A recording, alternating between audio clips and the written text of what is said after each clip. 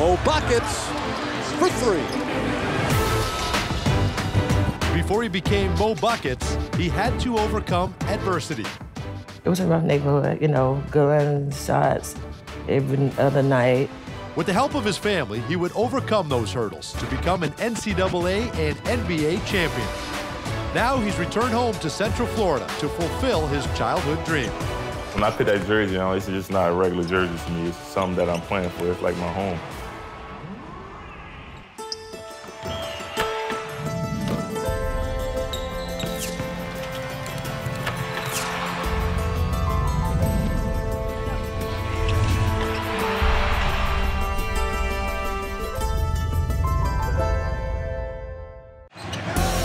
Spates for three.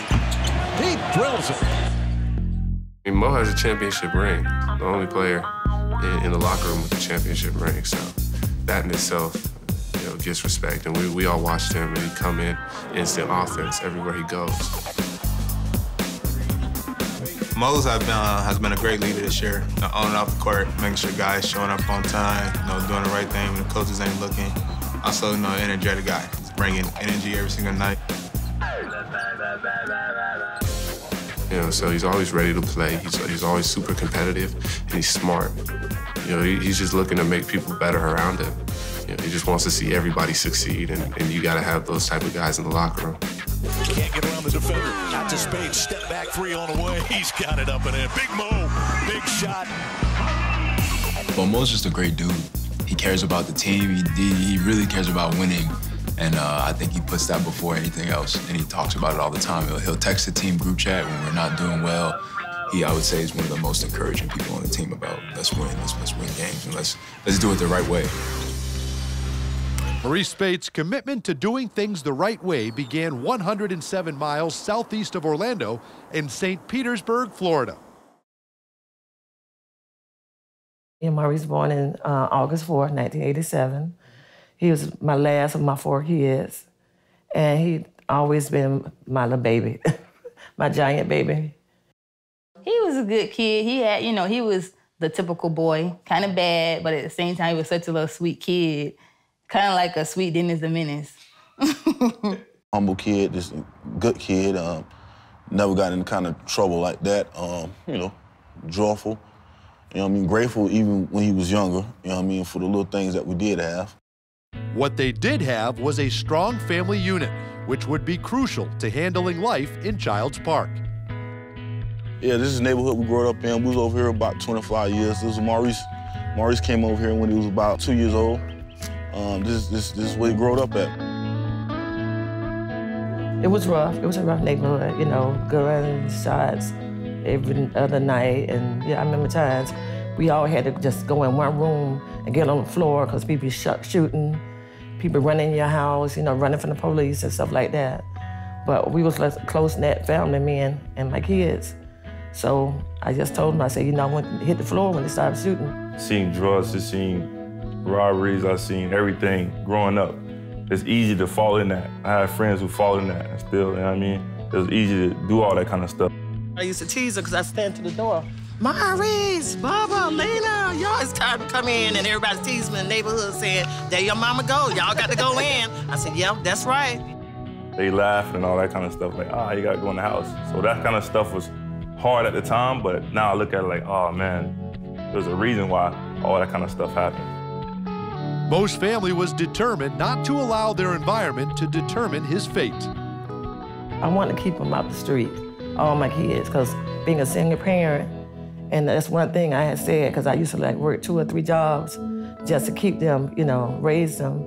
And that was one way to escape from the street, is keep them involved in sports and stuff like that. The road was a football field. It was our football field. Those houses right down the street was actually the baseball field until they built those houses. And then we had like portable basketball goals. We used to put on the driveway and we would play out in the road. At one time, we actually had spray painted basketball court out here. It was out here for about 5 years before it actually went away. He started out playing football for the Little League, St. Pete Little Devils, and then he played baseball. He was definitely like the all-around athlete. He wanted to do everything. He was never tired. He never complained. He just did it.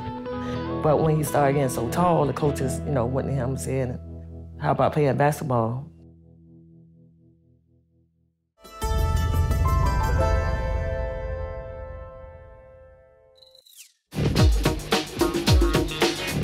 He was probably about 16 years old. Right out here, he said, "Man, I bet you I can dunk on you." So we went to the park, went to Charles Park, and they took him like 3 times, and he did it. He finally dunked on him, and I said, "Okay, man, you got it." I said, "That's the only thing you can't do is dunk on him. You can't beat me playing one-on-one." But I started playing against him, and it took him probably about 20 times to beat me one-on-one. Then I know it was over with, man. It was over with. It was over with, man. He actually got cut from the middle school. That was like, oh my God, it was devastating. His first love was baseball, then it was football, so he got into basketball late. You know what I mean? So he wasn't polished as every other 8th grader was when he was in middle school. I like basketball, but I was playing street basketball, so for me to go try out, I went for like 2 days. I should have made the team, but that was my first time playing basketball, so they was like, "Nah, you can't make the team this year." He was devastated because he really wanted to make it, and he kind of like almost got discouraged. I told him, I said, "Well, Maurice, just keep on trying, keep on trying." And even when they used to go to practice every day back in Little League, that sometimes he didn't even get to play in the games, but there were some guys who never went to practice. And he's seen that. And I put in their head, I said, "Don't worry about them, just worry about yourself.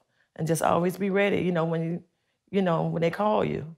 And that's what he says a lot. He said, "I'm always ready. Just always be ready when they call you." When he entered Gibbs High School, he gave basketball another chance. I think going to his 8th grade to 9th grade year or 9th grade to 10th grade, he grew he went from like 5'9" to like 6'4". So my coach was like, "Man, you can't walk around school like this, just playing football." So I got tall. I started playing it, I started liking it, and then I fell in love with it. After playing a year at Gibbs, his mother made the decision to help him develop on the court and in the classroom by enrolling him in private school. It was a different experience. I never really wore a uniform before. Had to wear a uniform every day. We had to march every day. We had to form up. So that was something new to me, especially coming from the place I come from. At McFregor, that really made me feel comfortable. Had a great staff over. That's a great school, so the transition was cool after the first couple months. After a successful career at Admiral Farragut, it was time for Mo to choose a college. We thought he was going to the University of Miami to the last minute. I had sat there and met with him at Admiral Farragut, so I'm just really, okay, we going to Miami. And then I talked to him on the phone. He said, "Mama, don't get too happy by Miami." I said, "What you mean?" And it was crazy how I was about to commit to Miami. I was on the phone in Miami, and then Florida clicked in. It was like, "Oh, we heard you about to commit to Miami." I was about to do that because Florida had stopped talking to me. I thought like, oh, they should stop recruiting me. But it was like, nah, we thought you had it already. In order to qualify to play at UF, he would need to either attend a junior college or go to a prep school. Maurice would choose the latter, and he enrolled in the Hargrave Military Academy in Chatham, Virginia. We are all a close-knit family, and he never was away from us. He'll go to AAU, but they'll come back. Everybody was crying at the airport, crying. We know it was for his future and it was gonna be good, but it just was like, it was sad, but it was a happy, sad moment, We was happy because he was like gonna get the ability, the ability and the skills that he would need to go to the next level. So me and my older son had to take him up there. We helped him settle in, got ready to leave. My mama started crying. And I said, "Okay now, if he's running behind the car, that's it, I'm not gonna leave him up here." But the coach, he brought me in his office because I was boo-hoo crying. I said, "I don't know if I can do this." He said, "Well, you'll be okay, I just keep you updated on everything." But it just broke my heart to leave him way up there in Virginia, a place that he'd never been. I didn't want to go to junior college, I just went to prep school. But the hard thing about it, when I went to Hargrave, I'd never been up there before. So I went to the school, I was like, "Boy, we going to prison or something?" It was crazy because the elevator when I worked, we at the top floor. We got all these dudes, football, basketball players in the middle of nowhere. So the first couple of months, it was real hard. It was real hard, it was an adjustment. When he felt like quitting, he would remember the sacrifices his family made to help him push through the adversity.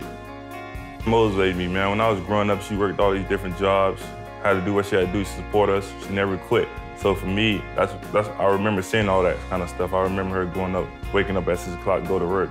Sometimes she didn't want to, but she had to. So that kind of stuff I put in my life, that why I can't wake up, why I can't get up and go work out for 2 hours. My mom was doing this for her whole life to support us. So that's what the main reason I do whatever it takes to make my mom happy, to sacrifice myself to make my family happy, because I seen it. I seen her grow up. I seen her raise 4 kids.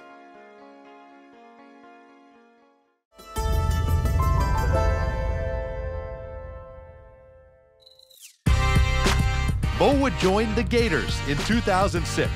And with established big men Al Horford and Joakim Noah ahead of him, there was little playing time. I'm playing against these guys who just won a championship in practice. Chris Richard, Corey Brewer, Joakim Noah, Al Horford. Those guys is men already. So I'm coming in here as a guy just left Hargrave. So the first couple months it was tough. Then I finally built my strength up to get better and stronger, and those guys pushed me.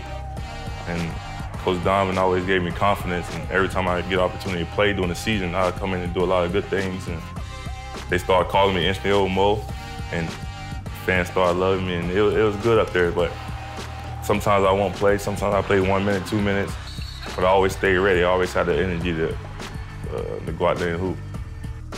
That season, the Gators went on to win the national championship. The following year, he would become the focus of the offense, and his numbers reflected it. Lobbed into space. How you take care of a 1-2-2 zone. Mo's greatest impact was he was a great team guy. He was an incredible person. He was great. He loved his teammates. He loved the University of Florida. And I always really appreciated that. You know, a lot of times guys come to college and they certainly have a goal to get in the NBA, but I think Maurice really enjoyed his time at Florida. He enjoyed his teammates, and it meant a lot to him being from Florida to represent the University of Florida. At the end of his sophomore season, he had a tough decision to make: stay at UF or declare for the NBA draft. In my sophomore year, we lost the last game against UMass in New York. That was a heartbreaking loss. Then after the game, I had a decision. Me and Coach Donovan talked for a couple hours after the game, but I wasn't really ready to make a decision because we just lost. My emotions were going crazy. Want to go to the league, whether they want to stay, you know, it's your choice. And I'm like, but I was like, you know, obviously they see something in you. You know, you've proven your point. You've showed it what you can do. So, but it's up to you. A couple weeks after that, I decided I'm gonna just first try to go through the process. But I started hearing good feedback that I go first round. So I was like, man, I gotta make this choice, because at the end of the day, it's about my family. It's about me. That my mom's struggling. I needed, make this decision. So I made a decision, and it turned out good. With the 16th pick in the 2008 NBA Draft, the Philadelphia 76ers select Maurice Spates from the University of Florida. I went through a lot of things up there. I had some great veteran guys on the team. Take it all up for the running Spates, who slams for two. Nothing like a 6'10", 245-pound big man who can run the floor. They all kind of helped me out. So I kind of set out the first game, and after that, I don't think I set out no more. After 3.5 seasons in Philadelphia, Mo was traded to the Memphis Grizzlies, which revived his career. In Philly, I was kind of like over with. Doug Collins came in there, we wasn't really clicking. Got an opportunity to trade, so another team wanted me. I went to Memphis. Lionel Hollins is a great coach. After 2 games, he started me when Zebo went out, and I started the whole rest of the season. And I feel like that made me get my career back. I went there, had a great time. That was one of my best experiences in my NBA career, is being in Memphis. From there, then I went to Cleveland for 2 months, 3 months, and that's how I got to Golden State for 3 years. Playing in Golden State allowed Mo to evolve his game. When I got to Golden State, my first year, I didn't shoot no threes. I shot probably 2 or 3, but after that, I was like, man, I just got to shoot it, man. I just got to shoot it. If you take me out, you take me out. That's when Coach Curry came. He gave me confidence, like, and Albert Gentry, who coaching Pelicans right now, gave me confidence, like, you shoot these long twos, you might as well step back. So after All-Star break, I started taking it off. That second year, I started taking off shooting threes, and then took off from there. Jumps out to Spates. Spates hits a three-pointer. During that season in Golden State, his new moniker was born. Now, it was one of these games, I think I had like 18 points in 10 minutes versus Dallas. And then Brandon Rush, one of my old teammates, former teammates, cool guy, and Bruce Frazier, assistant coach. It was like, we were like, damn, Mo Buckets? He just made it up. He was like, Mo? He was like, Buckets? So he kind of like made it up, and then I was surprised how it took off. People on TV started saying it. Mo Buckets. I was surprised, but I was grateful at the same time because a lot of people in the Bay Area supported it. The fan base out there was crazy, so it was good. In 2015, Mo won an NBA championship. That's what you really work for your whole life. You really work for winning a championship. Some people could say they really want to work for, get to the league and get a lot of money, but no, you want to win a championship. We all competitive, that's why we're here. So the winning championship with a group of guys who we did, that's really a brotherhood you can't never forget, just like college. Those guys would sacrifice whatever, and we was like a brotherhood, and the city and the whole California, North California, embraced us.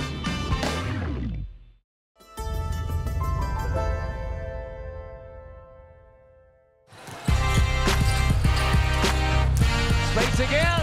Bingo! Mo Buckets!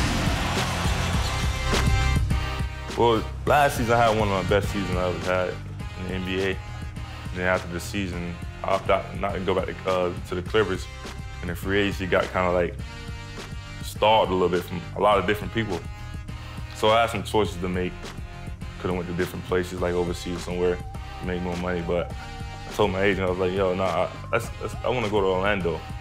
Someone just told me I want to go. I always wanted to play for Orlando. I always used to watch them play when I'm playing for different teams. I was like, oh, let's see, can I go to Orlando?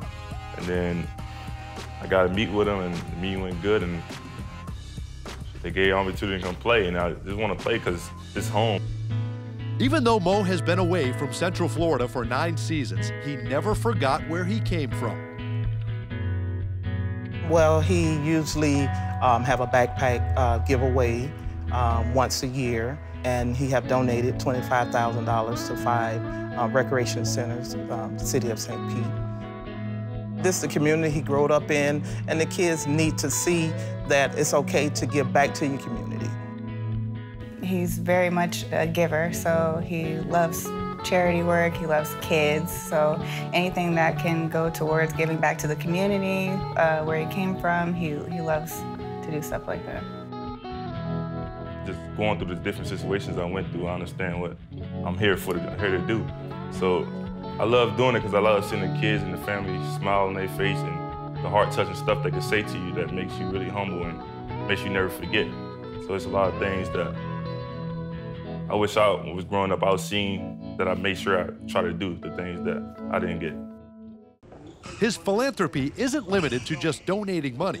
As part of his Team Spates Foundation, he sponsors and coaches an AAU basketball team. Go through, Ronnie, go through, Ronnie. Somebody better stop that boy.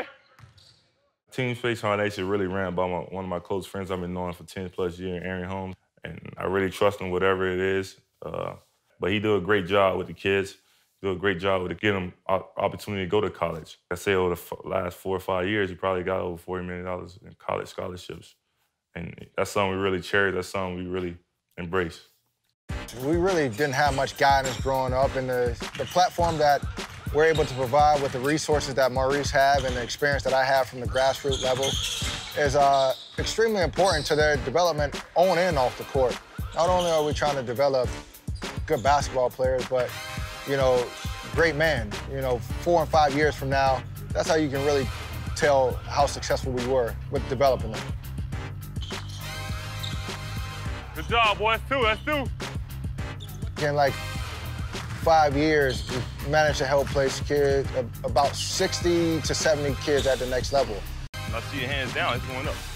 If I see you like this, it's definitely, you know what I mean? But it's all me, I'm playing. Boom. That's a shot. You get what I'm saying?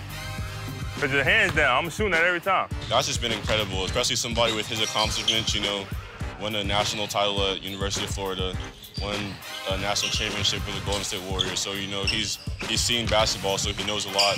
You know, still being in the NBA on the Magic, just being able to show me so many different things, not only about basketball, but about life as well. But if I'm going you like this, come on. Come on like this. You know what I mean? You ain't gonna shoot that thing. I'm swinging through.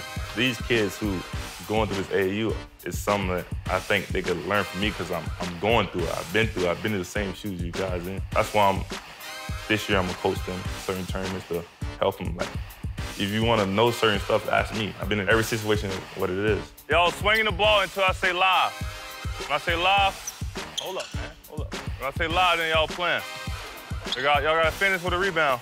These kids are kind of caught up in current athletes. You know, you talk to them about some of the older guys who are great players, but it doesn't really have any relevance to them. They don't really understand it. So when they see somebody who came from where Mo came from, and they can actually speak to him and touch him and ask him questions, it has such a great impact on them. Where I can't, just me talking to them, I can never influence them like Mo can influence them, just because he's living their dream.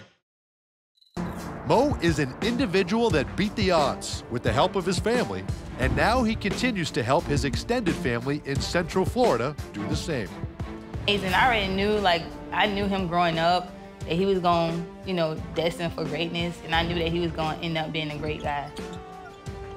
He's such a humble person, Some people, after they make it to a certain point in life, they puffed up with pride, but he's very humble. I mean, regardless of who you are, he has time for you. Mo would literally give you the shirt off of his back. I think the success I've had is, a lot of it is credit towards Maurice just giving me the opportunity. He feels that he needs to look out for everyone that's close to him, and that's something that I love about him. He will not let anything happen to anyone that he loves. Like, when I put that jersey on, it's just not a regular jersey to me. It's something that I'm playing for. It's like my home. So I make sure I'm gonna play my hardest, just like I protect my family, you get what I'm saying? Because it's Magic. A lot of people don't want to understand that, who's not from Florida, who's not from the area. But I make sure I understand that. I make sure I put that jersey on when I'm representing.